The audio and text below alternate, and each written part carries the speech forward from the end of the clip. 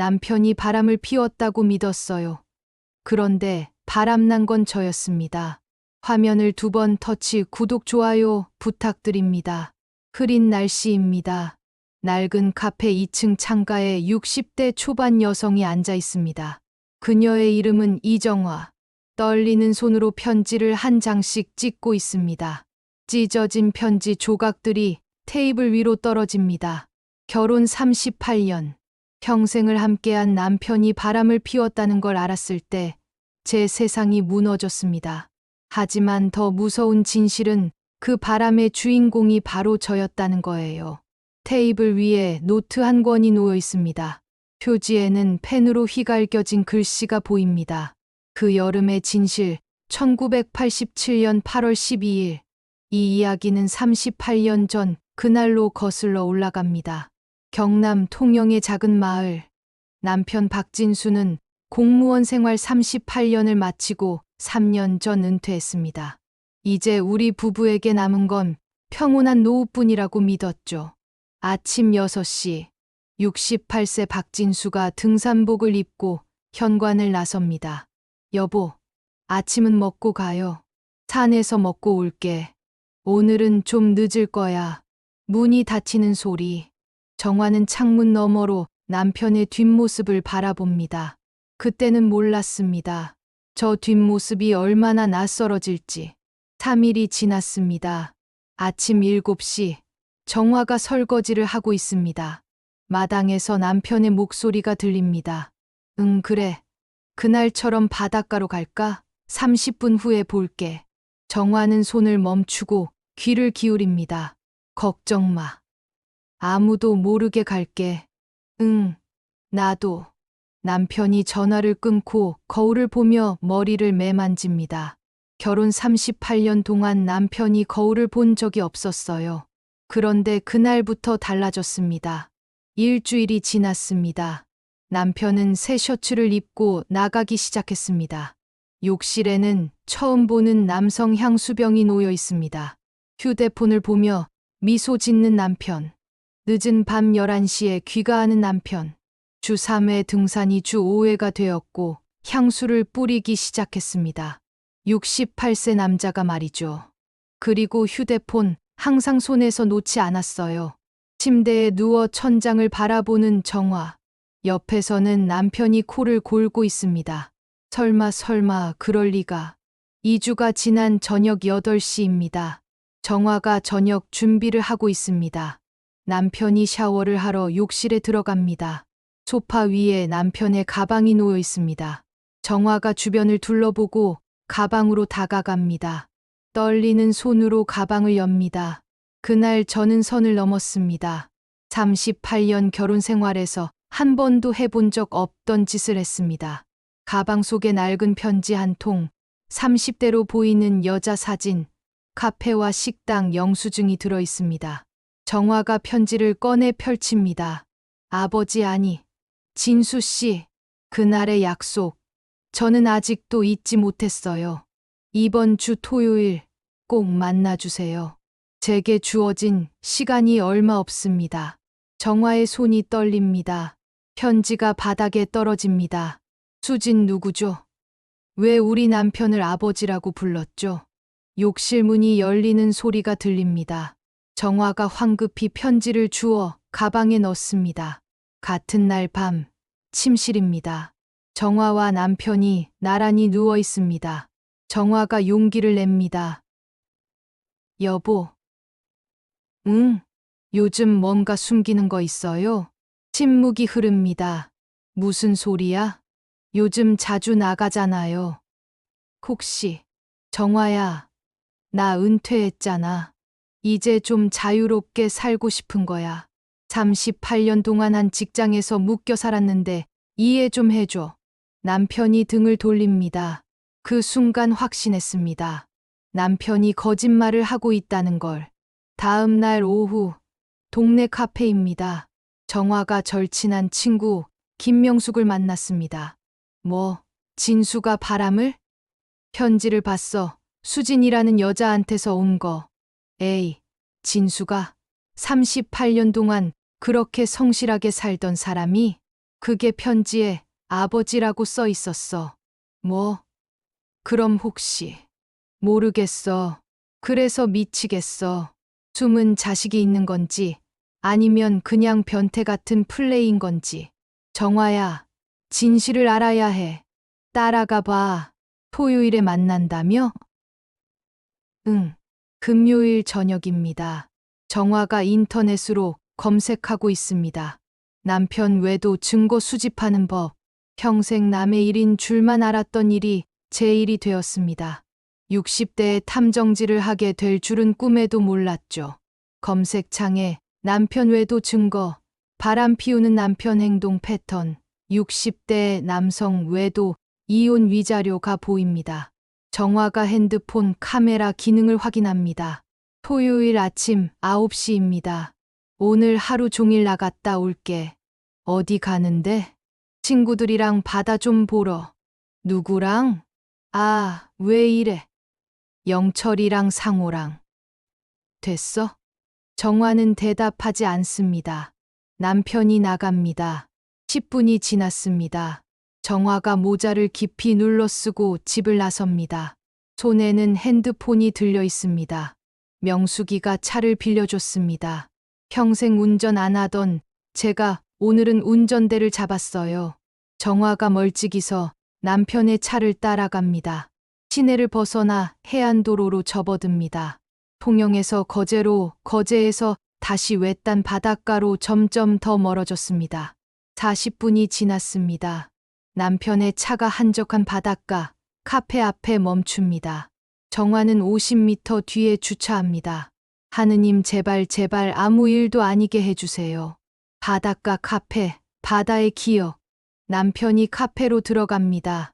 정화가 조심스럽게 접근해 창문 옆에 숨습니다. 창문 너머로 남편이 창가 자리에 앉는 게 보입니다. 그리고 30대 후반으로 보이는 여성이 들어옵니다. 짧은 머리, 수수한 옷차림. 남편이 일어나 그 여자와 마주 봅니다. 그 순간 제 심장이 멈췄습니다. 카페 안에서 남편이 여자의 손을 잡습니다. 여자가 눈물을 흘립니다. 남편이 손수건을 건넵니다. 정화의 눈에서 눈물이 볼을 타고 흐릅니다. 떨리는 손으로 핸드폰을 꺼내 사진을 찍습니다. 38년이 거짓말이었어? 정화가 카페에서 나와 차로 돌아옵니다. 차 안에서 오열합니다. 그대로 돌아가고 싶었습니다. 하지만 더 알아야 했어요. 끝까지 2시간이 지났습니다. 남편과 그 여자가 카페에서 나옵니다. 해변을 함께 걷습니다. 남편이 여자의 어깨를 감쌉니다. 정화가 멀리서 계속 사진을 찍습니다. 해가 지는 바닷가. 남편과 여자가 헤어집니다. 여자가 차에 타고 남편이 손을 흔듭니다. 그날 밤 저는 집으로 돌아왔습니다. 남편보다 30분 먼저. 저녁 8시. 남편이 현관문을 엽니다. 다녀왔어. 진지 차려놨어요. 친구들 잘 만났어요? 응, 영철이가 안부 전하래. 거짓말 또 거짓말이었습니다. 두 사람이 마주 앉아 저녁을 먹습니다. 침묵이 흐릅니다. 여보. 왜? 아니에요. 맛있게 드세요. 정화의 손이 떨리고 있습니다. 일요일 새벽 3시입니다. 정화가 잠 못 이루고 뒤척입니다. 남편은 깊이 잠들어 있습니다. 정화가 조심스럽게 침대에서 내려옵니다. 거실로 나가 남편의 가방을 다시 뒤집니다. 미치겠더군요. 더 알고 싶었어요. 그 여자가 누군지, 왜 우리 남편과. 가방 속에서 낡은 수첩을 발견합니다. 정화가 손전등을 켜고 수첩을 펼칩니다. 수진 1987년 8월 12일 삼성병원 출산사고 A형 손가락 5개 울음소리 살아있었다. 1987년 8월 12일 38년 전입니다. 23세의 정화가 분만실에서 비명을 지릅니다. 의사들이 분주히 움직입니다. 산모 출혈이 심합니다. 복도에서 젊은 남편이 소리칩니다. 아기는요? 아기는 괜찮아요. 의사가 고개를 젓습니다. 죄송합니다. 아기는 현재로 돌아왔습니다. 정화가 수첩을 떨어뜨립니다. 눈이 크게 확대됩니다. 우리 아기가. 정화가 수첩을 계속 넘깁니다. 1987년 8월 15일. 입양 절차 완료. 부산 가족에게. 1990년. 수진이 3살. 사진 받음. 2000년. 수진이 중학교 입학. 성적 우수. 2015년. 수진이 결혼. 참석 못함. 2024년. 수진이 병. 폐암 사기. 2025년 1월. 수진이 날 찾았다. 아빠를 만나고 싶다고. 정화가 바닥에 주저앉습니다. 우리 아기가 살아있었어? 38년 전 병원 복도입니다. 젊은 남편이 의사와 따로 이야기를 나누고 있습니다. 박 씨 아기가 기적적으로 숨을 쉬고 있습니다. 하지만 뭡니까? 산모가 이 사실을 알면 정신적 충격이 너무 클 겁니다. 출혈로 인한 후유증도 심각하고 아기도 뇌손상 가능성이 있습니다. 그럼 어떻게 해야 합니까? 입양을 보내는 게 모두를 위해 나을 수도 있습니다. 병실 안. 젊은 정화가 의식을 잃고 누워 있습니다. 창백한 얼굴입니다. 젊은 남편이 정화의 손을 잡습니다. 미안해, 정화야, 미안해. 현재로 돌아왔습니다. 남편은 저를 지키려고 한 거였어요. 그런데 저는 바람이라고 의심했습니다. 월요일 아침입니다. 남편이 나갈 준비를 합니다. 여보, 잠깐만요. 왜? 늦겠어. 정화가 수첩을 테이블에 놓습니다. 침묵이 흐릅니다. 남편의 얼굴이 굳습니다. 언제 봤어? 수진이가 우리 딸이에요. 긴 침묵이 흐릅니다. 남편이 주저앉습니다. 미안해. 왜 말 안 했어요? 38년 동안 당신을 지키고 싶었어. 당신이 그 사실을 알았으면 평생 자책하며 살았을 거야. 의사가 그랬어. 당신의 정신 상태가 너무 위험하다고. 그래서요? 그래서 혼자 평생 짊어지고 산 거예요. 아이는 좋은 집에 입양됐어. 부산의 부유한 가정 딸로 잘 자랐어. 나는 멀리서만 지켜봤어. 매달 돈도 보냈고. 그럼 그 등산비가? 남편이 고개를 끄덕입니다. 미안해. 수진이가 아프다고요? 폐암이라고요? 자기야, 시한부. 왜 그것도 혼자 감당해요? 수진이가 원친 부모를 찾았어. 3개월 전에 자기 친엄마는 죽었다고 믿고 살았는데 양부모가 임종 전에 진실을 말해줬대. 그래서 날 찾아온 거야. 저는 엄마인데 왜? 수진이가 원치 않았어. 아빠만 만나고 싶다고, 엄마는 괜찮으니까 신경 쓰지 말라고. 바보 같은 사람들. 화요일 오후입니다. 부산 해운대의 한 아파트 앞. 정화가 혼자 서 있습니다. 천이후 초인종을 누릅니다. 누구세요? 수진 씨, 저 이정화라고. 침묵이 흐릅니다. 어머니세요? 아파트 문이 열립니다. 38세 수진이 서 있습니다. 마른 몸, 창백한 얼굴, 스카프로 머리를 감싸고 있습니다. 두 사람이 마주 봅니다. 긴 침묵이 흐릅니다. 미안해요. 정말 미안해요. 들어오세요. 거실입니다. 두 사람이 소파에 마주 앉습니다.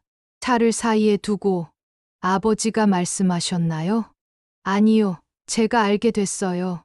그러셨군요. 아버지는 끝까지 비밀로 하고 싶어 하셨는데 어머니 아니.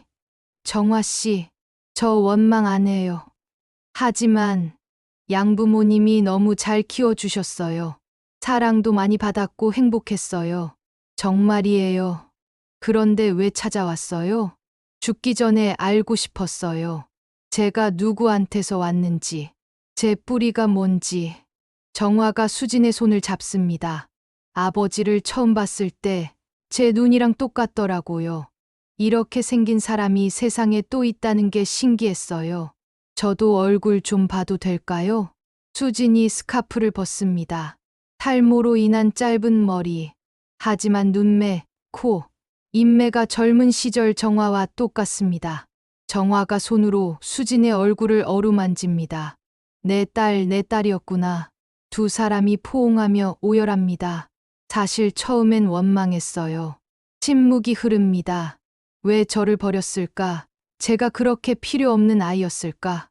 양부모님이 아무리 사랑해줘도 그 빈자리는 채워지지 않았어요. 미안해. 하지만 아버지한테 진실을 들었어요. 어머니가 정말 저를 버린 게 아니라 제가 죽은 줄 알고 살아온 거라고. 그랬어. 정말 몰랐어.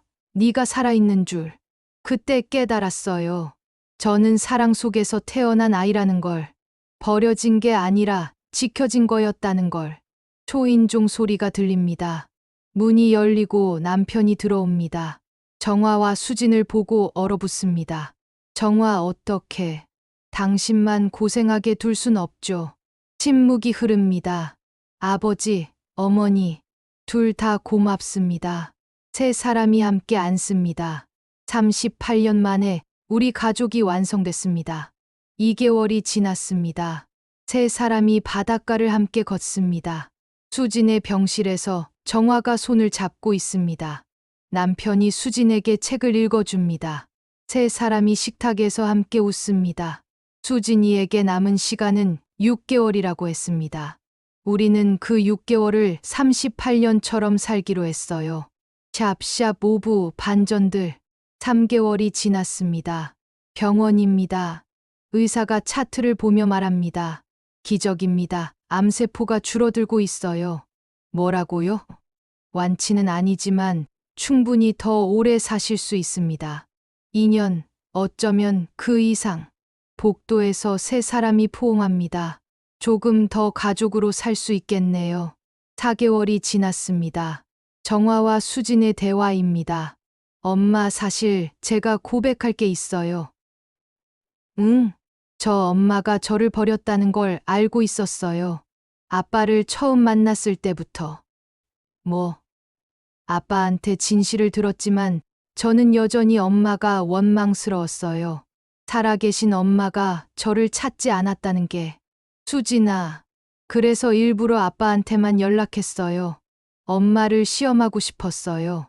정말 저를 잊고 산 건지 아니면 그래서 바람 피운 것처럼. 수진이 고개를 끄덕입니다. 아빠가 엄마를 속이는 걸 괴로워하시는 걸 보면서 깨달았어요.